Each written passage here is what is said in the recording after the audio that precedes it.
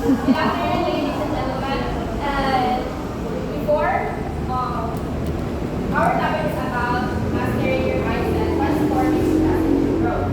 Before we delve into our topic, I'll ask you everyone to please stand. I am energized. Please stand. Please stand.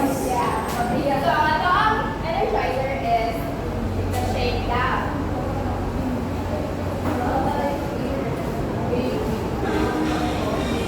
Okay. I'll ask you everyone to raise your hand and then next is the ballot, and then next is the food. First is the left hand. 1, 2, 3, 4, 5, 6, 7, 8. 1, 2, 3, 4, 5, 6, 7, 8. 1, 2, 3, 4, 5, 6, 7, 8. And also this 1, 2, 3, 4, 5, 6, 7, 8. 1, 2, 5, 6, 7, 8. So, okay, everyone, you can sit down and we'll proceed to that first activity. And I'll give the floor to Miss Delegate.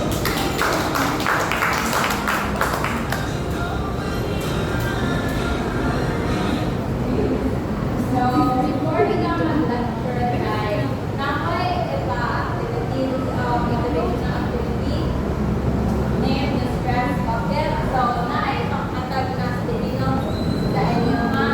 So, your task is to write all the things or people na nakaka-stress and nakaka-stress. People? So, anything na nakapil ng stress na ikaw lang your paper. Help you stress. Hindi nyo maigo. Dili ba igo? Really person. Ikaw may daming Uy.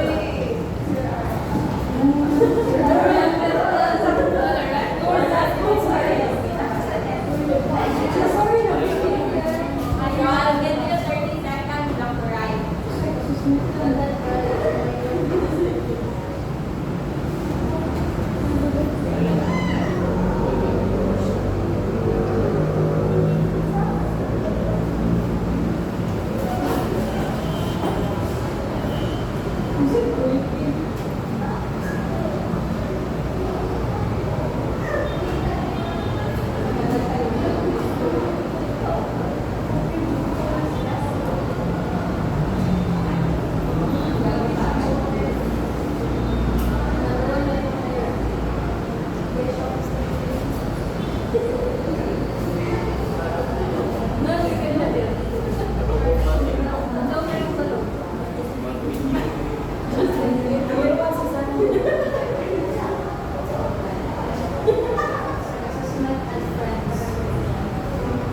So after you write guys, please take it in sa bucket here in front.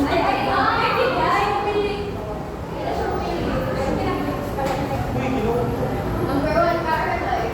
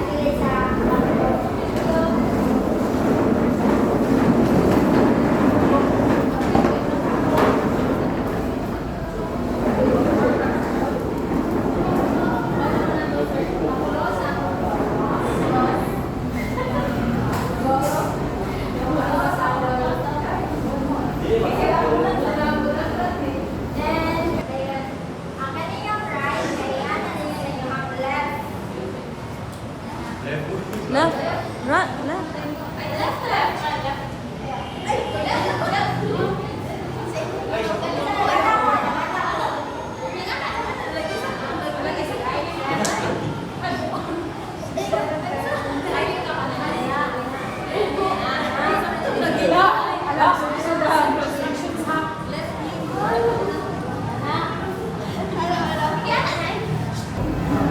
Then after that, pag-igan is left phone.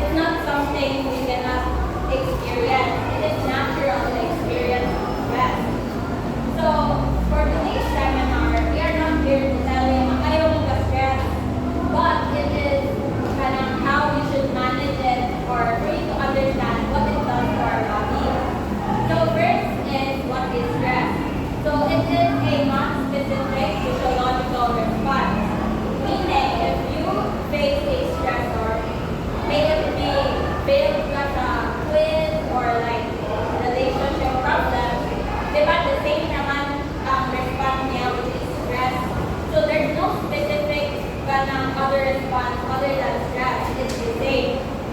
We have different conflict when it days. Now is psychological trait. When we are kind of stressed, we tend to have this mental fatigue because we are acquiring more energy sa mind for us to focus on one thing. Pero di naman kung mahimo if we are stressed because our focus narrows down and it's very hard to focus on one thing.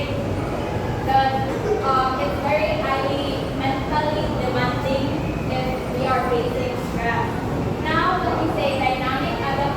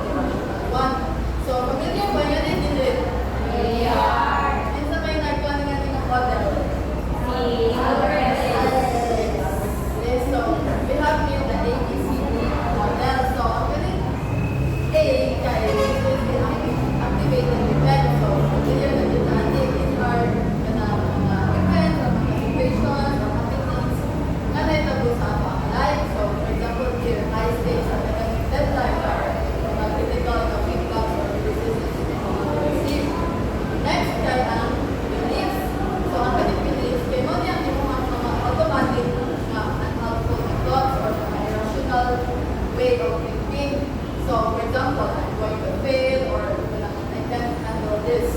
And then next one is the letter C, which stands for the consequences. So ang kaming consequences kay magdepende siya kung kung sa'yo mga beliefs sa situation sa particular level. Kay mausap na, relate na siya on how you, on what you feel sa iyong mga emotions, like for example, emotional panic or like physical paralysis. And then lastly, ang dispute, so actively debating the thought with data. So yung mga bitaw, kumbaga, i-challenge ang atong rational na perspective or thought. So, kagad sa magitayan nito ng text na may nag-model na exam earlier. So, I will be distributing sticky notes. And then, all you have to do is mag-take mo, pero without situation na pinag-under ano nila pa. Hindi mabaroon na ng personal experience or like anything kung there's an example ra. And then, whenever po students na i-share sa ilang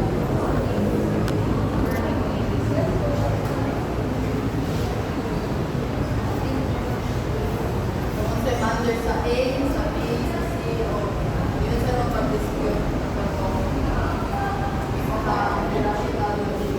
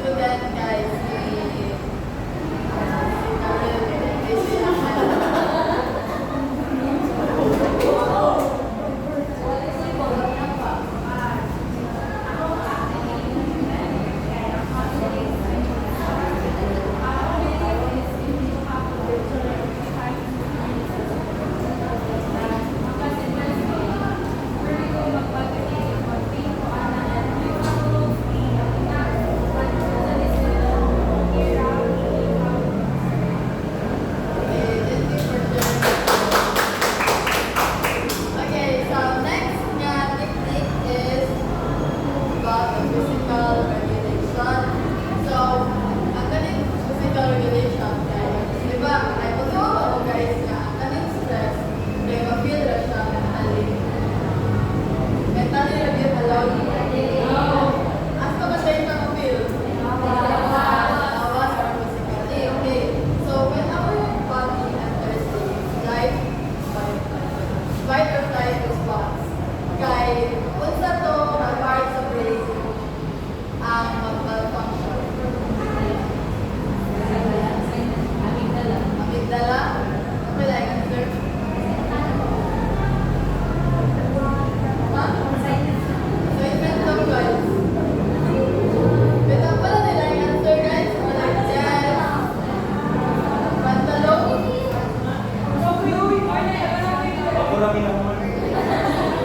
Mapakulit mo naman sa buhay ko yung okay, so ang in-answer for the answer niya, amygdala o pantalong. Pero ang answer guys, hypothalamus. Hippocampus.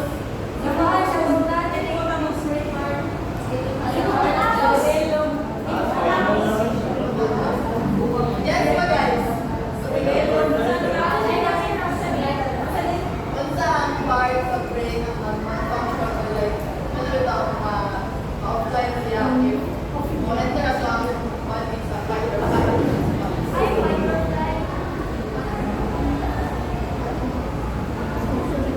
Wala na yung mag-guess? Wala na yung first letter kay P. Very good.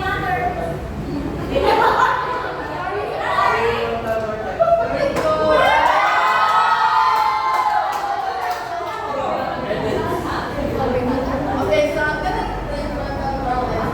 Hindi, after yan. Okay, offline na. Okay, so I'm gonna bring one more problem guys. Ang iyang part is, para na siya sa ating personal life. So, if ang atong body kay stress, apil ang prefrontal cortex na makaitak. So, not po yung mga ways, yung own ways on how to regulate yourself physically or stress. TikTok. Gusto ko yan, TikTok na lang. Scroll ka or sa'yo mag-scroll? Hindi ka pa lang, sir.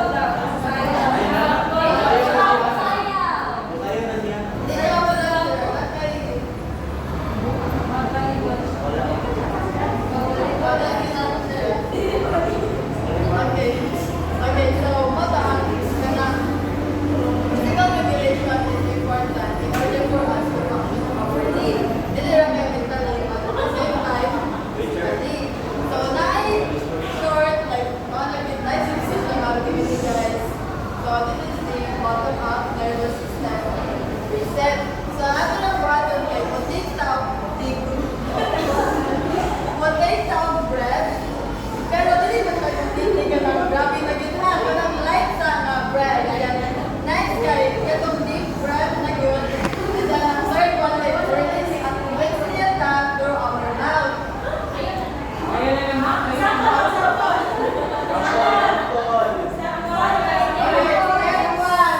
Step one, may inhale light. Light yan.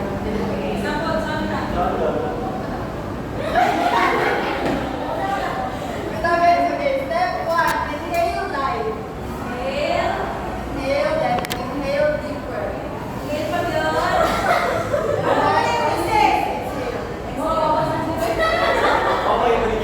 Guys, ako yung isang good instructor. Ano yung instructor na? Ikaw yung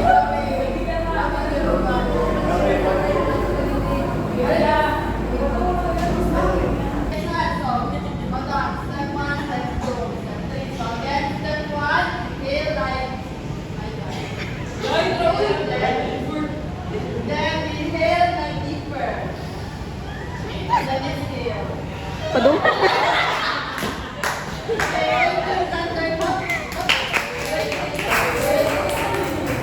Okay, so what is the many of the one of the many ways or techniques on how to regulate yourself physically and mentally?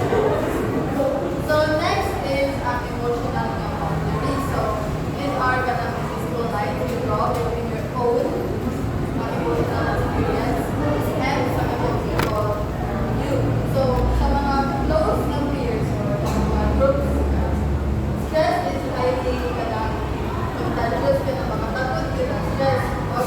emotionally. Yes. Right. For example, yung mga friends, stress niya or like kasi fear niya, something deep. Yeah. Dili ba yung malikayan kita sa case? Obvious na kasi tendency ito mag-train na siya pwede na lang siya mag-share o mag-ihang sa bayang stress o hindi maana. So it is very relevant na mag-set out boundaries emotionally. So, ano, hindi ka lang ito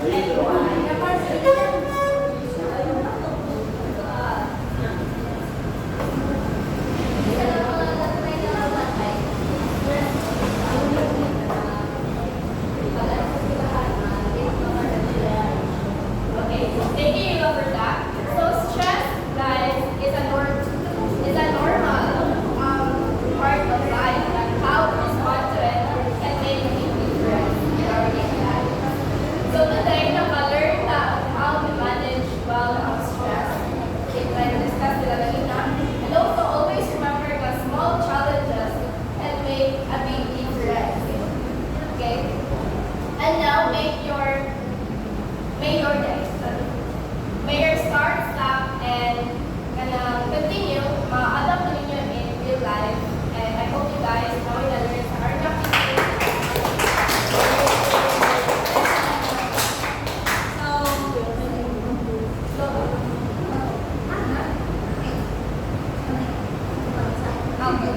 So actually most of the things na ako ba is apply na this one lang. It's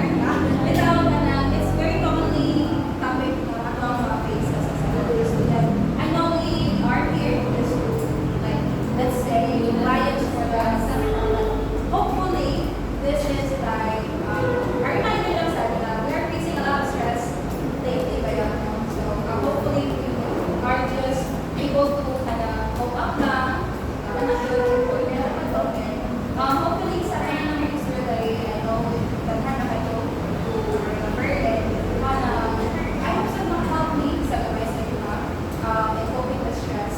Because isang kami, you still need this